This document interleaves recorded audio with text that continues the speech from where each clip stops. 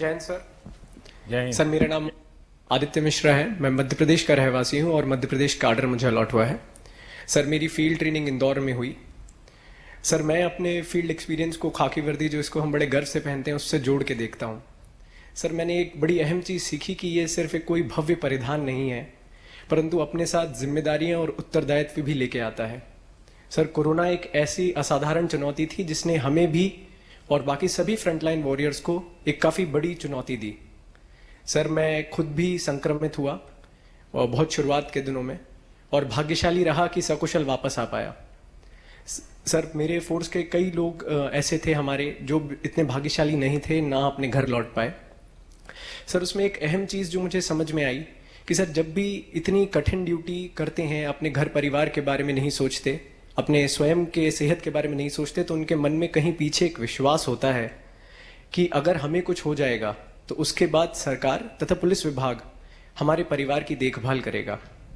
Sir मैंने अपनी आंखों के सामने हमारे इंस्पेक्टर थे देवेंद्र चंद्रवंशी जी, उनको जाते देखा है।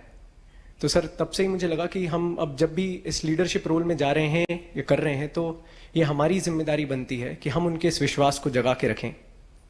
सर मैं अपनी बातों को अंत करूंगा 4 लाइनें जो देवेंद्र चंद्रवंशी जी की एक पसंदीदा कविता की हैं। मैं खाकी हूं, दिन हूं रात हूं, सांझ वाली बाती हूं, मैं खाकी हूं। होली में रमजान में, होली में रमजान में देश के सम्मान में अडिग कर्तव्यों की अविचल परिपाटी हूं, मैं खाकी हूं। कभी आहत हूं, कभी चोटिल हूं, और कभी तिरंगे में लिपटी रोती सिसकती छाती हूं, मैं खाकी हूं। जय हिंद सर। आदित्य जी, आपने इंदौर में काम किया तो जो पुलिसिंग की दुनिया का काम होता है उसका तो शायद आपको अवसर नहीं मिला, क्योंकि इंदौर के ऐसे संकट के कालखंड से गुजरना पड़ा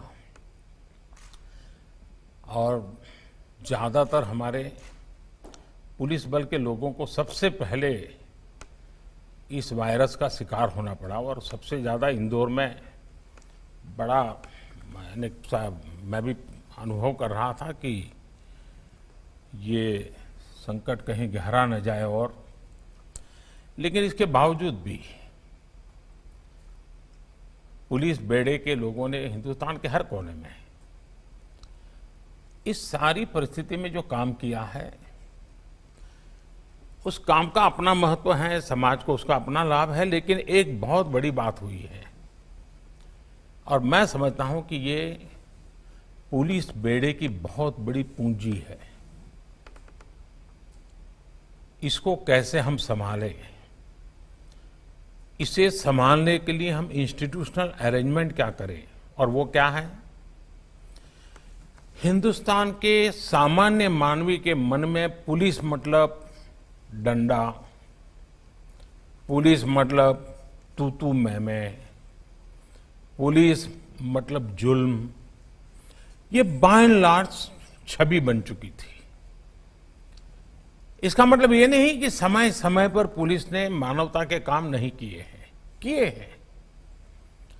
और मैं तो मानता हूं कि शायद हर पुलिस थाने में डेली 5-10 काम तो ऐसे होते ही होंगे जो मानवता की दृष्टि से बहुत अहमियत रखते हैं, लेकिन इसका कभी कलेक्टिव इंपैक्ट समाज जीवन पे आया नहीं।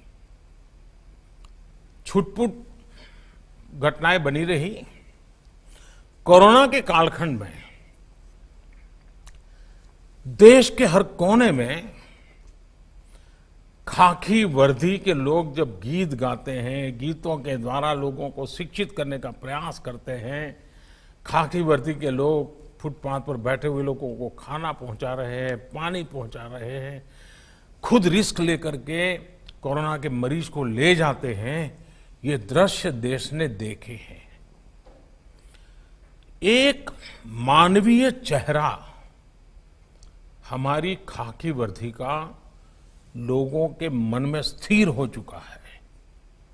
अब हम लोगों का जिम्मा है कि कोरोना वायरस के संकट के काल में भी जिस प्रकार से खाकी वर्दी का जो भीतर पड़ा हुआ मानवता का अंश था, जो कभी कभी टुकड़ों में दिखता था, वो एक संगठित स्वरूप में नजर आया है। ये बहुत बड़ी पूंजी है। मैं तो चाहूंगा कि हर पुलिस थाने में, वहां की स्कूलों के माध्यम से, कि कोरोना के कालखंड में हमारे इलाके के पुलिस के लोगों ने कैसे मदद की, हस्तलिखित अंक तैयार करें, थाने को आकर के भेंट दें। आप देखिए ये विरासत बन जाएगी और देश भर के हर पुलिस थाने से वहां पर कोरोना काल में मानवता के जो काम हुए हैं उसको अगर हम लिख लें, फिर उसको ऑनलाइन व्यवस्था करें, आप देखिए ये एक आपकी बहुत बड़ी अमानत बन जाएगी।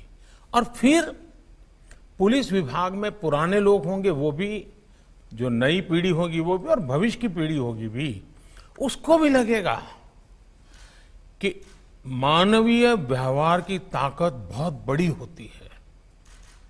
और मुझे विश्वास है कि इस कोरोना कालखंड में आप लोग, क्योंकि उसी समय आपको फील्ड में जाने का मौका मिला, लेकिन आपके सामने वही काम रहा। आप उसमें से जो अच्छी बातें हैं लोगों को पहुंचाएंगे, और खाकी के प्रति गर्व होना ये बहुत अनिवार्य है। खाकी से रौब नहीं, खाकी से गर्व होना चाहिए। खाकी के सम्मान को मैं कभी झुकने नहीं दूंगा। जितना भाव मेरे मन में तिरंगे के प्रति होता है, वैसा ही भाव मेरे भीतर मेरे यूनिफॉर्म के लिए भी होना चाहिए।